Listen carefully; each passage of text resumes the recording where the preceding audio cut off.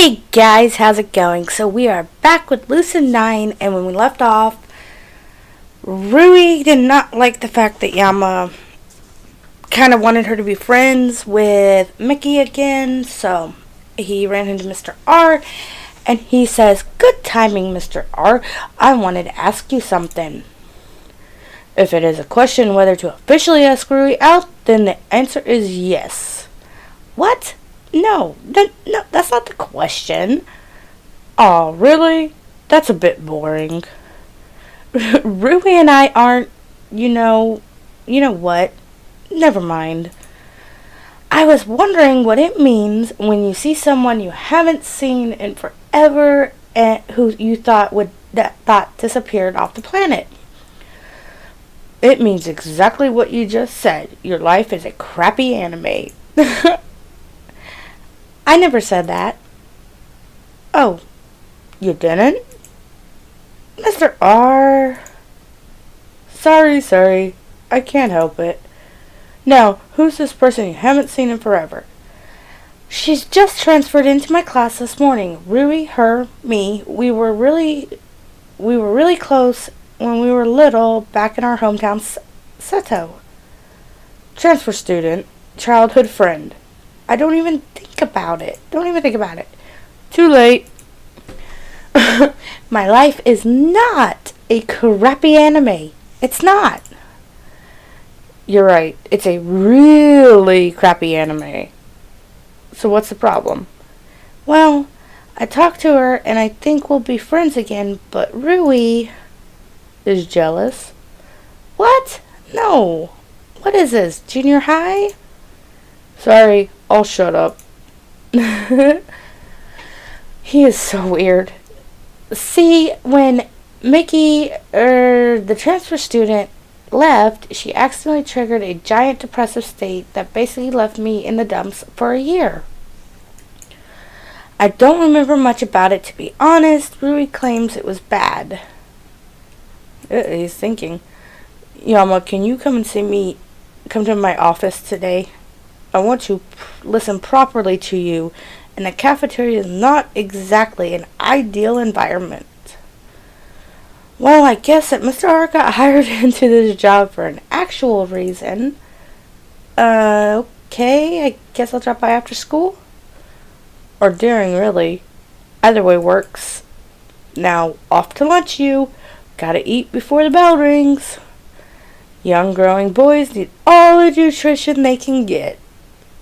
He can't sound like a wise, all-knowing teacher when he just implied that it was fine for me to ditch school. See you later, Mr. R. He only responds with a casual wave before he saunters over to the nearest table, chatting easily with a group of students. He is weird. I snag a plate of food and search for Rui, but she's nowhere in sight. I guess that conversation took a little longer than I originally intended. I quickly scarfed my food down and returned to the classroom.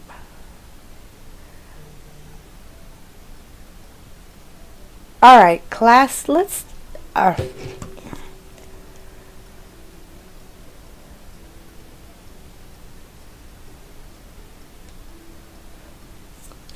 let's try that again. Bit of a rewind. Alright, class, let's take a secondary roll before we head to the courtyard. What? We have more PE? Yahiko, I swear.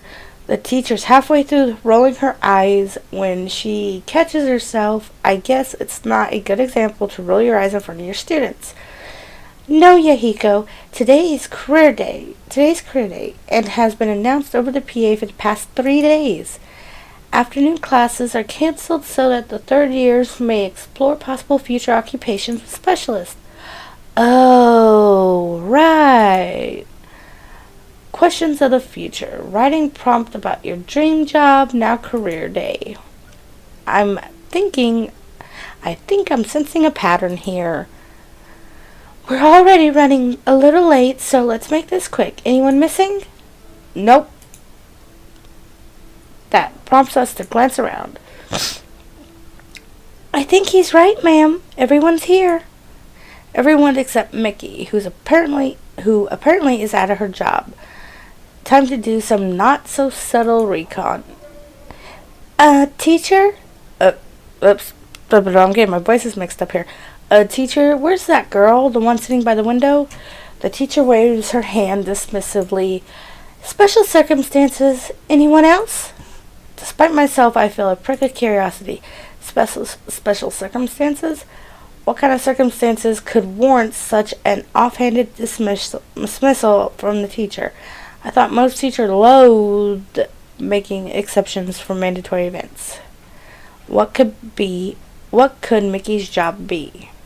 As the teacher continues to survey the classroom, I feel a nudge against my arm. I'm surprised you brought it up. What?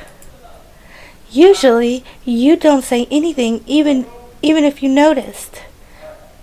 And you would have thought it too much trouble. Her words are remarkably neutral. It's awkward. It feels like a trap. I think you should stop pretending like you actually know me or that you have a brain. You're insufferable. Wow. Okay. She storms to the back of the room in a huff. I'm insufferable? She's done far, far worse, and she's still judging me? What a hypocrite. Alright, looks like everyone is here. Else is here. To the courtyard. Destiny awaits. There are more than a few rolled eyes, but everyone obediently files out of the classroom. Wow. Our class pours into the courtyard, which currently resembles a crowded street market. Columns of booths are set up in orderly lines, each attempting to outshine the other with progressively more outrageous signage and progressively louder music. I wonder if they got a booth for my future job. Come to think of it, in all the 203 times he's talked about his dream, he's never once mentioned his future job. Just all the things he'll own. Oh, and what might that be? Isn't it obvious with my stunning looks and all? So, a trash can? Is that even a job? Of course it is. Well, no. I want to be a model. Wait. It's not as silly as it seems. I mean, seeing how he just believed that being a trash can was a profession, he can't have a job that requires him to think. He also can't have a job that requires social interaction. He just repel people instead of attracting them. Those are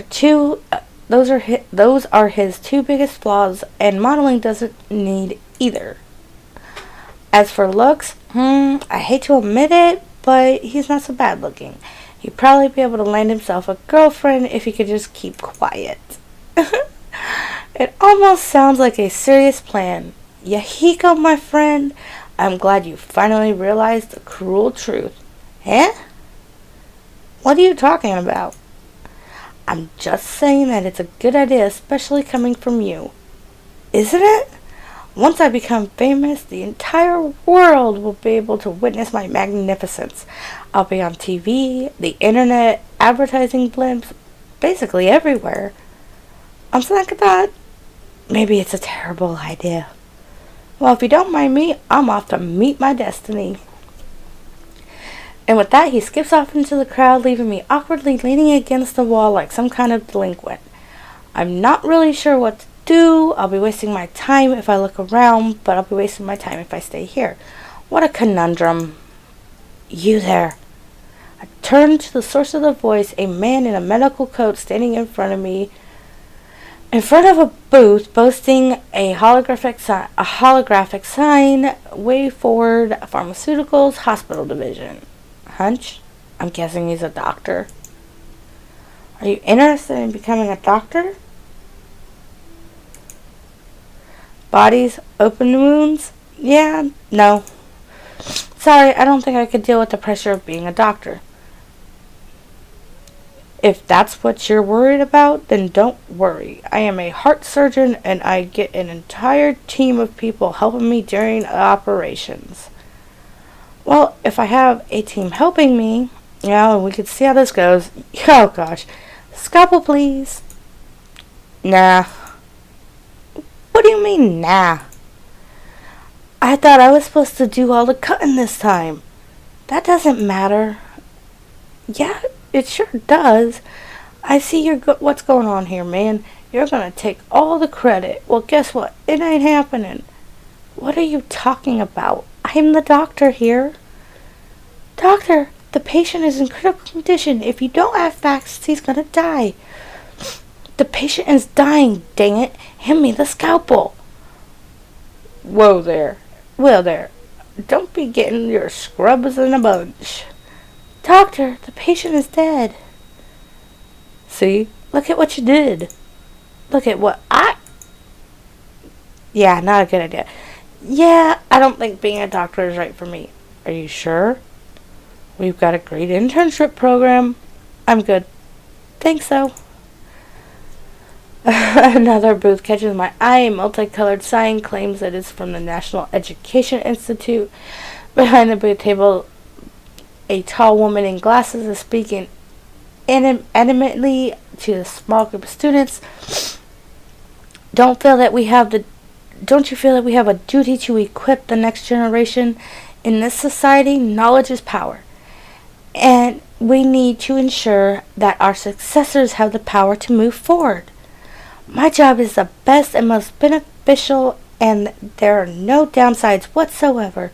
She's upselling it just a wee bit much because there are no downsides. Really? Give me a break. And I'm pretty sure Yama's going to say something about it right now. Yeah, been there, heard that. Don't your students annoy you or tire you out? Well, I've had some ups and downs in my career, of course. See, right there. Right there's where it hits. The more difficult students may be perplexing at first, but when you persevere, you always end up getting those students back on the right path. Is that so? Mm-hmm. Teach, what's 5 plus 7? This is high school, Mr. Carey, not primary school. You should have mastered addition by now. But teach! Excuse me, Mr. Krogang, smoking is not permitted on campus. Hand those over. Ugh. You ain't bossing me, kid. Kid? I'm your teacher. You're shorter than me, kid, and that makes you a kid. Alright, that's it. You're staying after class. You've got detention to serve. Says who? Says you? You couldn't even take on a diseased chicken with one claw tied to its tail. Why can't you be that eloquent on your essays? Teacher! What? What's wrong? What? Are you crying? Again? What for? Oh, you're angry with me. I'm sorry. I'm so terrible. I can't. Hey, don't cry. Oh, yeah, I can see how well that goes. Yeah, I don't think I have enough patience to deal with students. The meteor down row booth apathetically appearing at any mildly entertaining. One man, remarkably bushy mustache, raises his hands, fists in the air, yelling at the top of his lungs, "Do you love Japan? Join the Japanese self-defense force today." Wow, I thought those kinds of diehard patriots only existed on TV. So many who's able to follow orders can be seen as heroes of Japan if you're still alive. Grenade! Cover it, soldier! What? But we could just run away. Jump on that grenade or I'll have you court-martialed for insubordination. But I'll die. All the better. Up to it. Wow. Yeah, not happening. Turn away from the booth. Everything I see is... Do you have a knack for cooking? Why not apply to learn culinary school? Gather here, engineers, mathematicians, and fellow countrymen. The biggest digital corporation in the world, Lemskate, has positions open for you. Have you always wanted to help the hurting? Join the Columbus Therapy Center and transform the world one life at a time. A quick glance around the other directions reveals only having trouble. I find Elizabeth in deep conversation with a police officer just a few feet away. Wouldn't have thought her to be the type. Maybe she's sucking up to them so they'll let her off for corporate fraud. Meh, I can't really judge her. At least she found something she's interested in. Me, on the other hand, well, I have nothing. What's up? Can't find your life's calling? What? Turn to the source of the voice. A scraggly man slumped against the rickety folding chair, a worn beanie plopped on his head, and their threadbare trench coat over his shoulders. There's no sign of his booth. Is hobo a legitimate career? Ha! Youngsters these days, you hold your future in your own hands and you don't even know what to do with it. You're lucky, you know. There was a time when people didn't have the luxury of choosing their career. Upon a second glance, I noticed there were several rolling stacks of books settled into the back of the booth. There doesn't seem to be any rhyme or reason to their gender, science, fiction, mystery, fantasy, young adult, but they're all under the same name. Are you a writer? He smiles when I ask him this. Heh. What, surprised? Who do you think I was? An adventurer? A globetrotter? A homeless guy, actually. He throws his head back and laughs. You've got life. I can't wait to read your stories. Somehow I don't think being a writer would be a fit for me. Oh, somebody help me. Whatever shall I do? Fear not, generic damsel in distress. I am the hero. I lost the previous battle, so this is the heroic rematch where I'm guaranteed to win. How fortunate! After you win this final battle, I shall bestow you with an obligatory, though she's Louise, smooch of victory. Hey, you just can't ignore the villain. I got your girl, Yama. Oh, Spurs, with your evil gloating, it'll only lead to your downfall. But I gotta. Give me a motive rant so that we understand your identity as a tragic villain. Nah, I'll just put it as a footnote.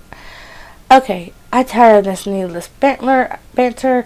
I've actually written the princess's backstory so that she's a wicked person in distress. What? But you didn't even foreshadow that. Too bad. I need to move the plot forward. Hiya! No! Wow. Yeah, I don't think I can come up with an original material. That's just why you rip off real life, you know? Thanks, but no thanks. He shrugs apathetically as I walk away. A nearby small table of a group of students catches my eye. They're gathered in front of a man in long hair and a sweeping lab coat. Although his voice is placid, there lies a undercurrent of power in every word he says. Life is a fragile thing. There is an unspeakable number of ways for the human body to fail, even more for it to be broken. Death was accepted as an inevitable part of life, a natural stage in the cycle of this world, but it doesn't have to be that way. The man in lab coat straightens as the students break into hurried whispers.